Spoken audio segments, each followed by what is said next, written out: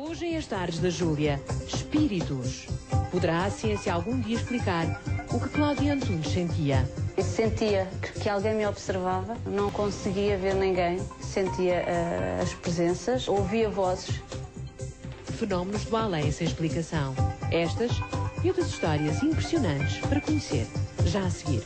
Olha, Cláudia, vamos começar por onde? Vamos começar por esta ideia que realmente não estava sozinha. Sim. Como é que isso foi? Como é que isso começa? Começa por volta dos 15 a 6 anos, que começa a sentir presenças.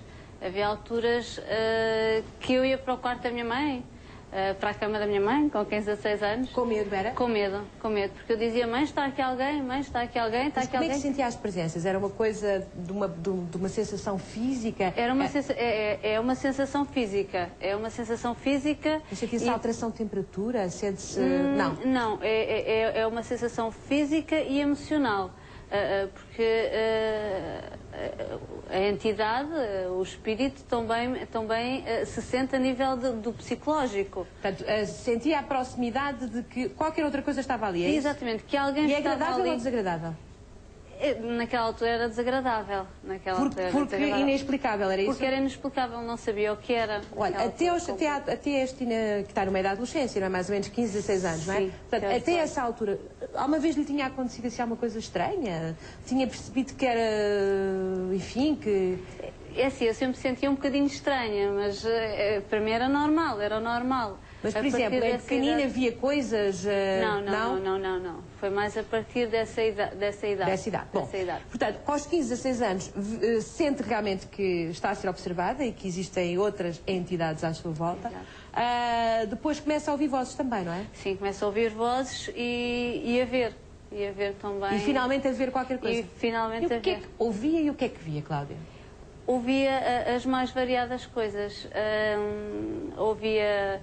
diz isto ou aquilo ou outro, a uma dada pessoa. Imagino que estou aqui com a Júlia e alguém me estaria a dizer, olha, diga isto à Júlia.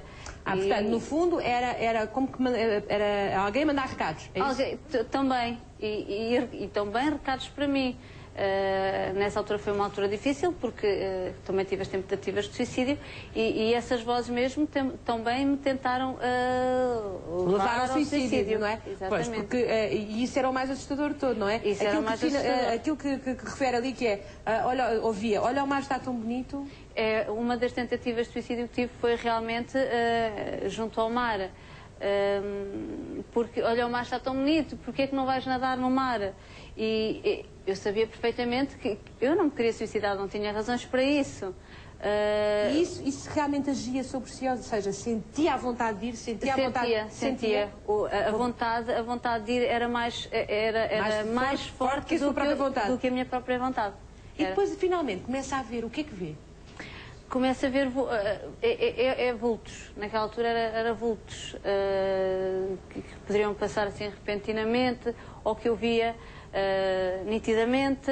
Mas e que mais ninguém via. Figura a física de uma pessoa, de alguém? Sim. Pessoas conhecidas ou desconhecidas? Para mim eram desconhecidas. E como é que essas entidades se apresentam? Com uma figura física normal ou estão transformadas de alguma maneira pelo facto de estarem, enfim, noutra dimensão que não a nossa? Depende, mas normalmente estão como eram quando estavam no corpo de carne. Embora no início fosse mais ténue, era como se houvesse um véu entre o que eu via e a pessoa. Bom, olha, há uma descrição sua que me deixou realmente bastante impressionada, que diz que inclusive essas entidades apareciam nos sítios mais inesperados, que podia estar numa discoteca e via o dobro das pessoas. Sim. Ou triplo. Era complicado, nessa altura foi complicado porque... Mas não estavam a dançar os espíritos? Também. Dançavam os espíritos? Também. Ai, os espíritos divertem-se, grandes malandros. Também. Vamos então. Ainda bem, Cláudio, o que é bom nisto é que eu sorri. Sim, agora sorri. Agora sorri sobre isso e está tranquila, portanto, digamos que tem a chave para aquilo que é inquietável. Continua a acontecer, continua a ser visitada por por estas entidades? Sim, mas agora de forma completamente controlada. Já lá iremos então. Agora vamos a essa altura em que tudo isto era ameaçador e novo. Eu não, realmente, uma pessoa de um dia para o outro descobrir que é médium, deve ser uma coisa muito complicada. As vozes que ouvia, eram vozes de mulheres ou vozes de homens? Eram vozes de gente crescida, idosa? Ou as vozes soavam mais ou menos todas ao mesmo? Não, havia vozes masculinas, havia vozes femininas. E o tom? Era um tom de choro? Era um tom de alegria? Era completamente como aqui. Havia os tons de pessoas que choravam, obviamente, pessoas que apelavam por alguma coisa, pessoas que estavam enraivecidas. Todas as sensações e as emoções que qualquer espírito encarnado como nós transmite, eles transmitem também para o médium. E podia acontecer a sobreposição, ou seja, existir várias coisas à sua volta e sentir que está a passar-se um diálogo... Sim. Ai, que aflição. Consegue resolver o problema quando? Esta inquietação, todo este desassossego de espíritos à sua volta, quando é que isto começa a acalmar? Por volta dos 18, 19 anos, quando uma amiga me falou num centro espírita. Eu, como católica que era, e os meus pais, obviamente, nem queríamos ouvir falar nisso. Nunca lhe tinha passado pela cabeça? Nunca tinha passado. Espíritos, fantasmas, nada disso. Eu estava a ser acompanhada por um psiquiatra. Já estávamos no psiquiatra. Já estava a ser acompanhada, mas não estava a resultar. O tratamento não estava a resultar a nível da psiquiatria, pelo menos com o psiquiatra. E resolvi, a muito custo, ir ao centro espírita. Fui então que conversei com as pessoas responsáveis do centro e que me disseram e me alertaram: Cláudia, isso é um fenómeno mediúnico, tu tens mediunidade. Eu, para mim, o que é isso? O que é isso? Isso que tu ouves são os espíritos, são pessoas como nós, mas sem corpo. Os que falam através de ti e que tu depois não te lembras são espíritos tal e qual como... Não ficou aterrada? Não ficou cheia de medo? Fiquei, mas acho que os meus pais ficaram mais do que eu. Pois imagino que sim. Mas ao mesmo tempo senti dentro de mim um alívio. Senti um alívio porque que já tinha tentado tanta coisa que senti que se calhar era mesmo ali que ia encontrar a solução.